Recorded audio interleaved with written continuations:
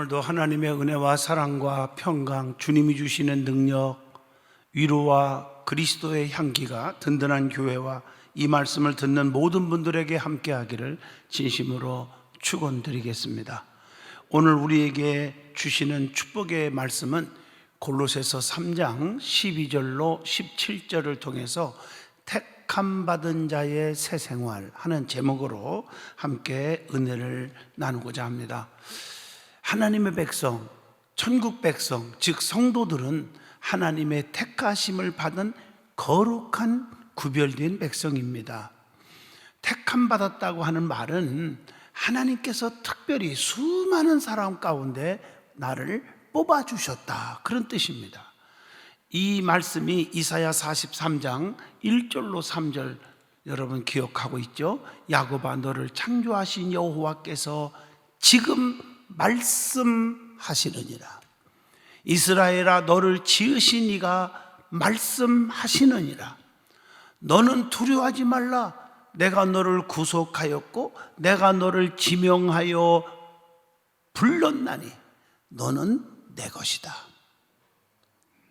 네가 물 가운데로 지날 때에 내가 너와 함께 할 것이며 강을 건널 때에 물이 너를 침몰하지 못할 것이며 네가 불 가운데로 지날 때에 타지도 아니할 것이요 불꽃이 너를 사르지도 못하리니 대저 나는 여호와 네 하나님이요 이스라엘의 거룩한 이요 네 구원자이심이라. 내가 애굽을 너희의 속량물로 구스와 스바를 너를 대신하여 주었노라. 여러분, 얼마나 감격스러운 말씀입니까? 택함 받은 자는 택함 받은 자답게 그래서 살아야 한다는 것입니다. 오늘 본문 말씀은 택함 받은 자의 새 생활에 대해서 말씀을 전하려고 합니다.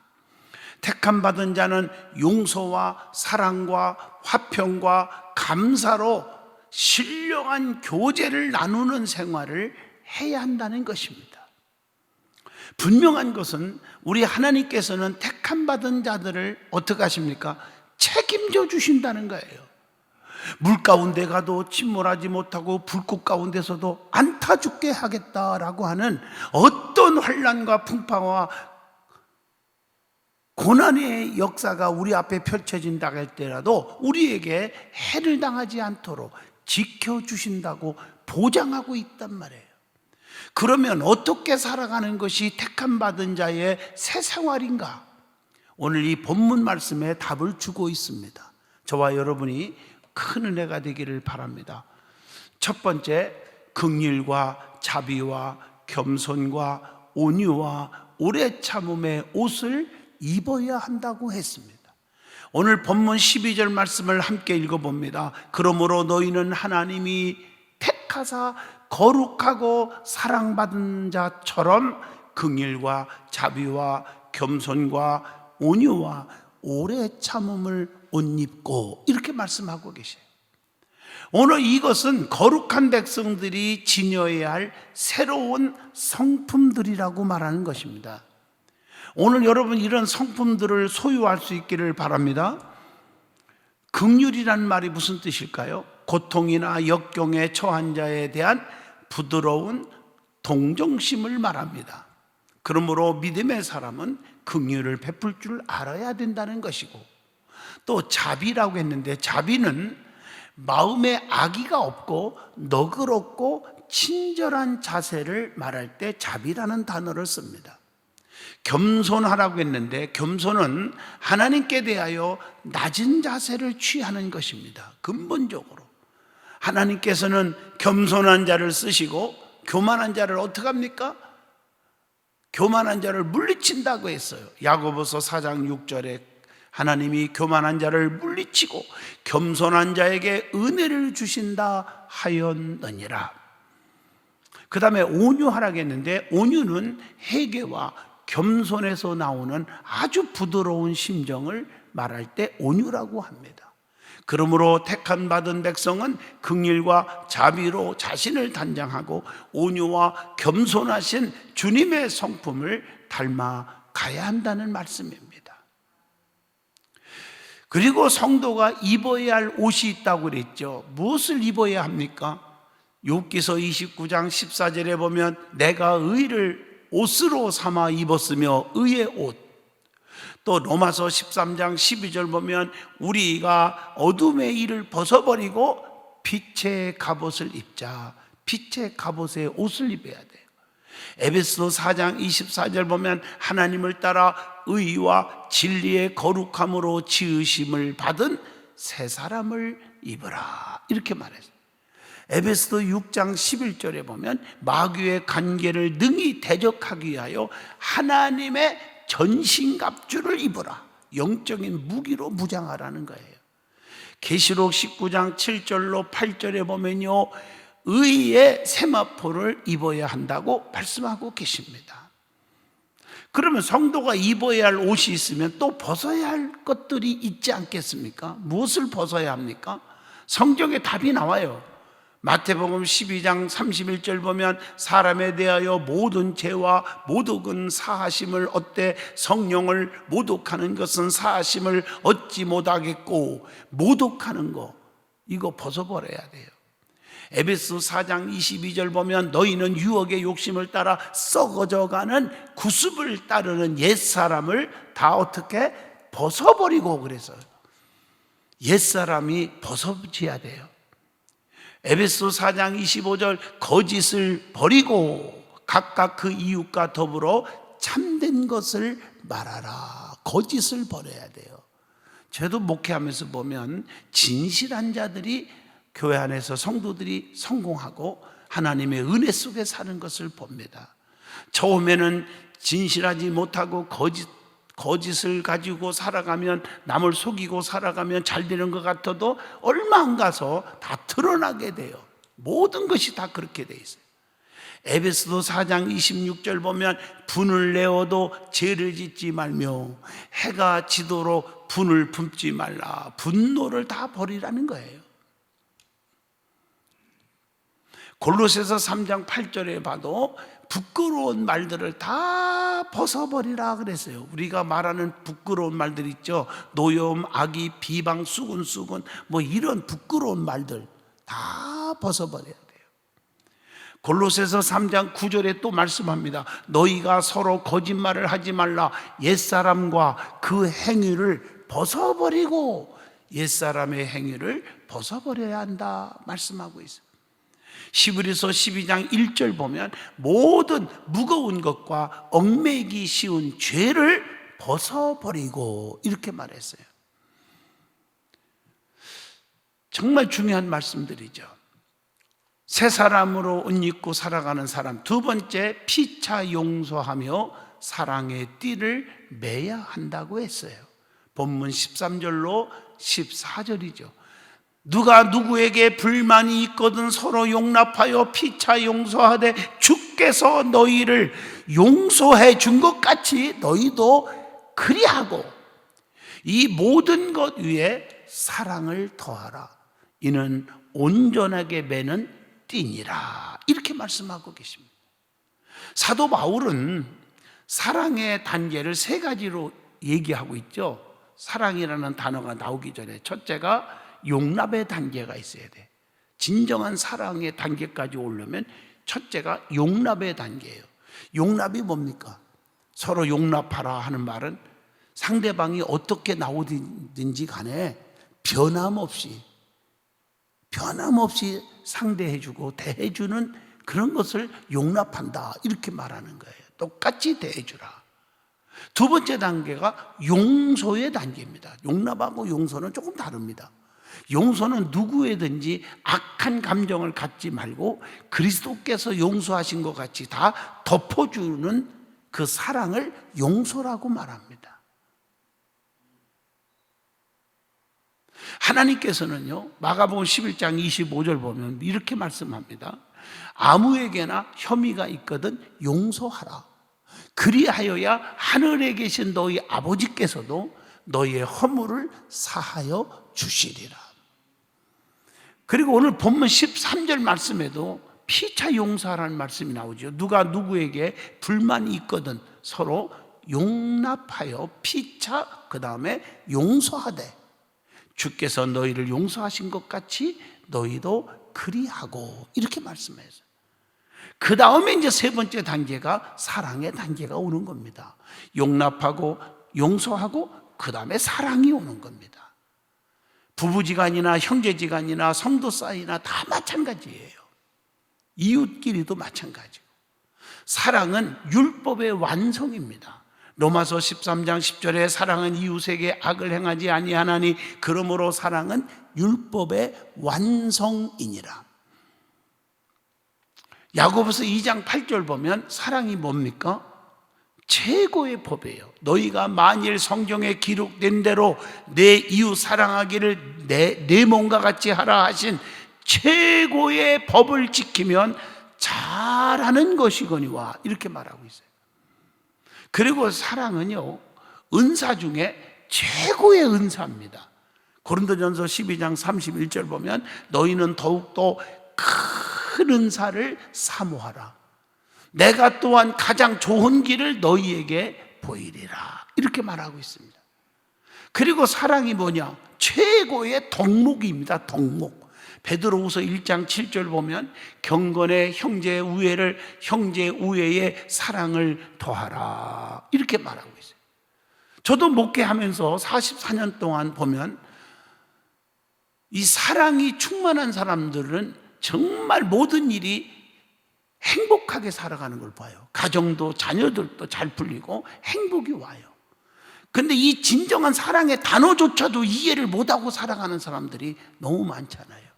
그래서 자기 자신과 자기 이웃에 대해서는 아주 사랑이 너무너무 넘치는 것 같은데 자기와 관계없는 자들에게는 미움이 있고 다툼이 있고 용납할 줄 몰라요. 관용이 없어요. 용서할 줄 몰라요. 이게 참 문제죠. 우리가 사랑으로 무장하는 여러분 되기를 바랍니다. 사도 바울은요, 모든 것 위에 사랑을 더하여, 그래서 어떻게 하라고요? 온전한 띠를 매라, 이렇게 말하고 있어요. 본문 14절에 나옵니다. 14절 말씀에 이 모든 것 위에 사랑을 더하라. 이는 온전하게 매는 띠니라. 이게 말씀이에요. 아무리 천사의 말을 한다 할지라도 어떻게 돼요? 사랑이 없으면 아무 소용이 없다고 고린도전서 13장 1절의 말씀을 합니다. 그래서 고린도전서 13장 13절에도 그런즉 믿음, 소망, 사랑, 이 세 가지는 항상 있을 것인데 그 중에 제일은 사랑이라, 이렇게 말하고 있습니다. 사랑의 온전한 띠를 매라고 하는 뜻은 무엇입니까? 사랑의 온전한 띠를 매라 하는 말은 절대로 배신하지 말라는 것입니다. 그래서 성경에 보면 배신, 이 배반에 대한 말씀들이 종종 많이 나와요.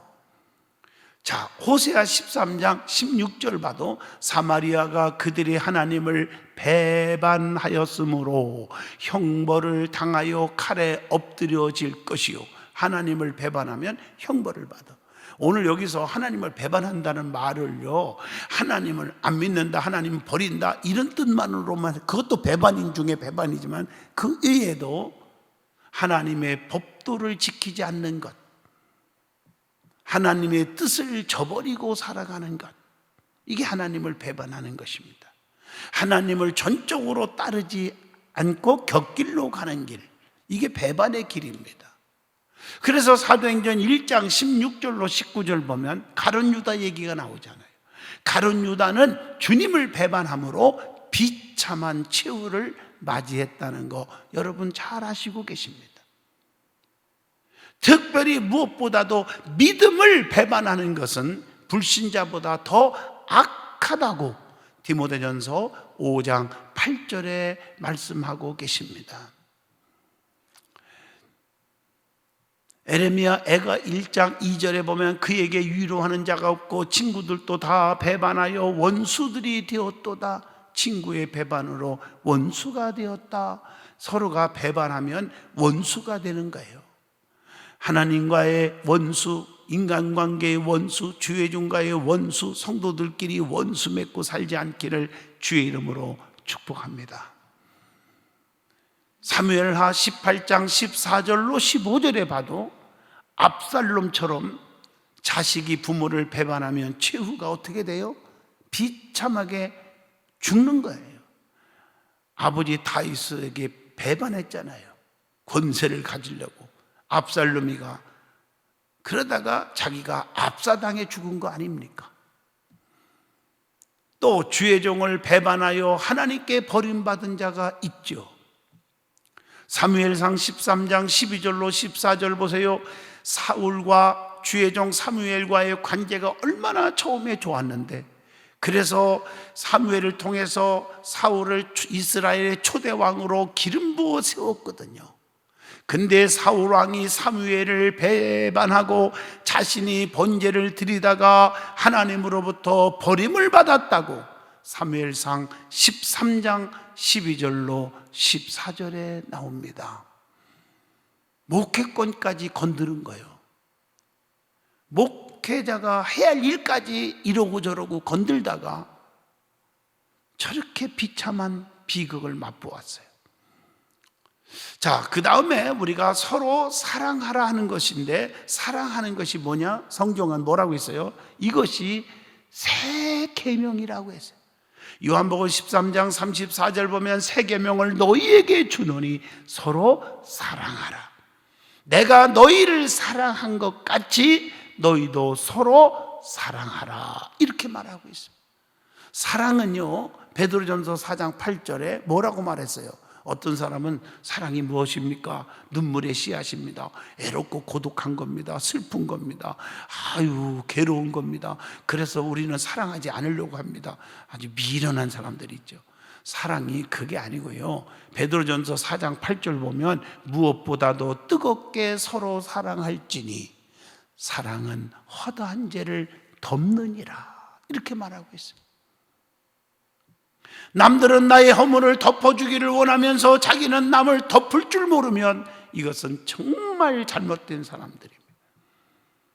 그리고 사랑에는 특징이 있습니다. 특성이 있어요. 특성. 그게 뭘까? 잠언서 15장 17절, 아주 소중한 거예요.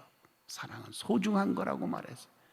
또 잠언서 10장 12절, 잠언서 17장 9절, 거기 보면요, 사랑은 모든 허물을 가리느니라. 17장 9절에 보면 허물을 덮어주는 자는 사랑을 구하는 자요, 이런 걸 보면 사랑은 허물을 가리는 거예요. 또 로마서 13장 10절 보면요, 악을 행하지 않는 것이 사랑이라고 그랬어요. 요한일서 4장 18절 보면 사랑 안에 두려움이 없고 온전한 사랑이 두려움을 내쫓나니 두려움이 다 없어져 버려요. 로마서 12장 9절 사랑에는 거짓이 없나니 거짓이 있을 수가 없어요. 빌립보 2장 2절 마음을 같이하여 같은 사랑을 가지고 뜻을 합하여 한 마음을 품으라. 진정한 사랑은 마음을 같이 하는 것입니다. 교회 안에서도 교회를 사랑합니다. 그러면 교회 안에서의 모든 일들을 함께 같이 하는 거예요. 내 의견은 이것인데 왜 저렇게 하나 하고 자기 의견만 내세우면요, 교회는 천조각 만조각으로 갈라지는 거예요. 온유하고 시기하지 않고 자랑하지도 않고 교만하지 않는 것이 또한 사랑이라고 고린도전서 13장 4절에 말씀하고 계십니다. 또 고린도전서 13장 5절로 7절 다 하시잖아요. 사랑은 무례히 행하지 아니하며 자기의 유익을 구하지 아니하며 성내지 않고 악한 것을 생각하지 않고 불의를 기뻐하지 않고 진리와 함께 기뻐하고 모든 것을 참고 견디고 모든 것을 믿고 모든 것을 바라고 모든 것을 견디느니라. 이게 사랑이라는 거예요. 그래서 요한일서 3장 18절에 우리가 말과 혀로만 사랑하지 말고 행함과 진실함으로 하자, 이렇게 사랑에 대해서 말씀하고 계십니다.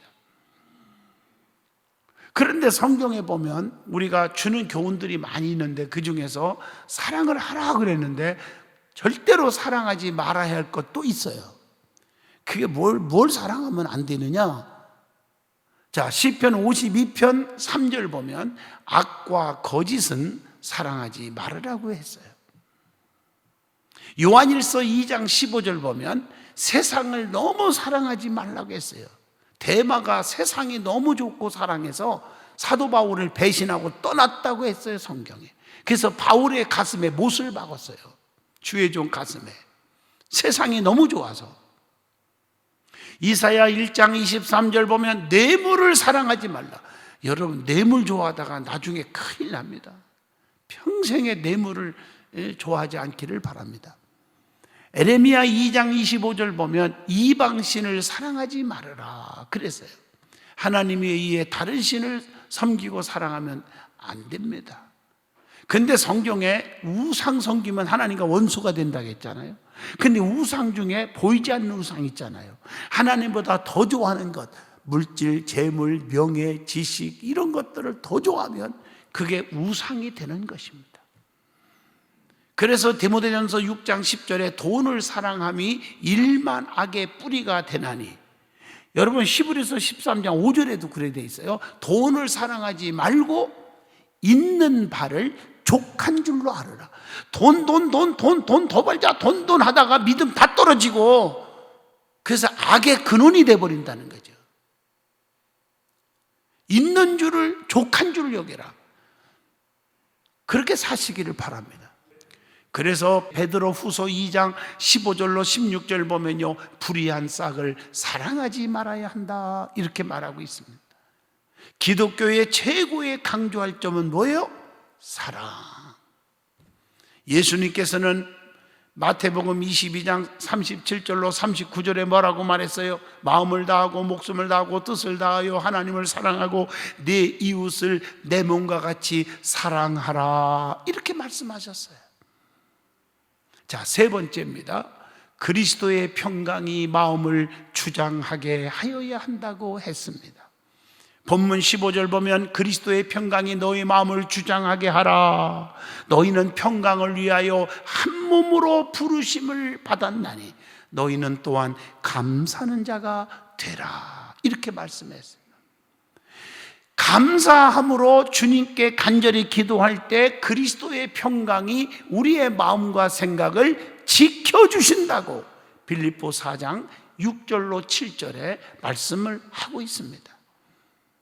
또 예수님께서 징계를 받음으로 우리가 뭘 누렸어요? 이사야 53장 5절 보시면 그가 징계를 받음으로 우리는 평화를 누리고 그가 채찍에 맞음으로 우리는 나음을 받았도다 이렇게 말씀했잖아요. 또 예수님께서는 그 보혈 십자가의 피로 화평을 이루어 자기와 화목하게 되기를 기뻐하셨다고 골로새서 1장 20절에도 말씀을 하고 계십니다. 또한 뿐만 아니라 주님이 주시는 평안을 받아야 됩니다. 요한복음 14장 27절 보시면 평안을 너희에게 끼치노니 곧 나의 평안을 너희에게 주노라. 내가 너희에게 주는 것은 세상에 주는 것 같지 아니하니라 이렇게 말씀했어요. 그래서 평안을 믿는 자에게는 최고의 복이 있는데 그게 뭘까? 형통입니다. 형통. 그래서 로마서 8장 5절로 6절에 영을 따르는 자는 생명과 평안을 받는다고 성경에 말하고 있잖아요. 자식이 잘 되고 사업이 성공하고 건강하고 은혜 충만할 때 평안이 오잖아요. 그래서 평안은 최고의 축복이 되는 것입니다. 네 번째로, 자, 그리스도의 말씀이 풍성히 거하는 삶을 살아야 한다는 것입니다. 오늘 본문 16절 보세요. 그리스도의 말씀이 너희 속에 풍성히 거하여 모든 지혜로 피차 가르치며 권면하며 시와 찬송과 신령한 노래를 부르며 감사하는 마음으로 하나님을 찬양하고 그랬어요.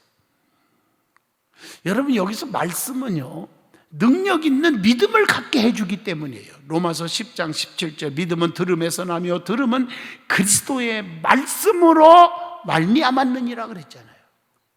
에스겔 37장 10절 보면 말씀 한마디로 에스겔 골짜기에 해골이 변하여 큰 군대가 됩니다. 오늘 이 말씀은 여러분 잘 아시겠지만 에스겔 선지자가 주의 종이 단에서 살이 붙더라, 가죽이 붙어라, 심줄이 생겨라. 그럴 때 해골바가지들이 군대로 바뀌어버려. 하나님은 주의 종을 통해서 선포하게 하시기도 합니다. 그 선포한 대로 되어지는 것을 보면 하나님의 역사하심이죠. 그리고 말씀 한마디로 천지를 창조하신 분이 하나님은요. 그래서 말씀이 우리 마음속에 풍성히 거할 때 할 수 있는 것들이 있다고 오늘 본문 16절의 말씀을 주고 있습니다. 그래서 우리는 지혜로 가르칠 수가 있습니다. 권면할 수 있습니다. 시와 찬미와 신령한 노래를 부르게 합니다. 감사하는 마음으로 하나님을 찬양하게 합니다. 마지막 다섯 번째로, 택함 받은 자의 새 생활은 무엇이든지 예수 그리스도의 이름으로 하고 하나님께 감사하는 삶을 살아야 한다는 것입니다. 본문 17절을 보시면 또 무엇을 하든지 말에나 일에나 다 주 예수의 이름으로 하고 그를 힘입어서 아버지, 즉 하나님 아버지께 감사하라, 이렇게 말씀했어요.